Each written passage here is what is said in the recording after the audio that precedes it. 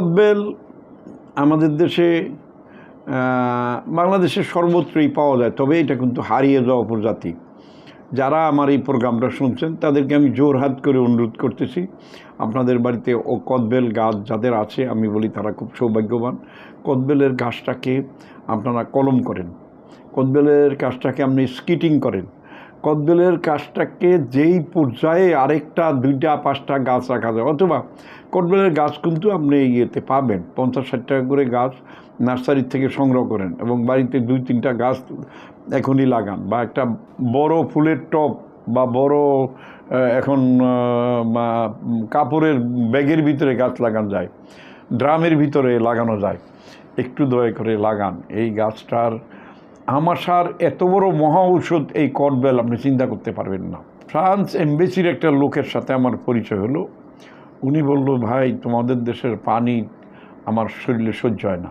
আমি তো মনে করি যে বাংলাদেশের প্রায় 5 কোটি মানুষেরই আমাশা আছে। আমি কি না, এই কথাটা ঠিক না।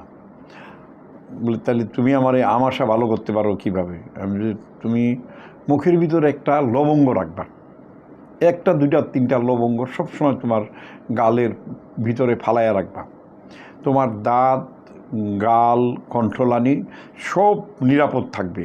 আর তুমি কদবেল আর লবঙ্গ বাইটা, এই কদবেল ভর্তা করিয়া লবঙ্গ আর কদবেল একসাথে করিয়া তুমি বেশি না 10 দিন খাও, তোমার আমাশা থাকবে না। আমি বললাম এটা সিজন, একটা কদবেলের দাম বেশি না, 15-20 টাকা একটা কদবেলের দাম, আপনি কিনা খাইতে থাকেন।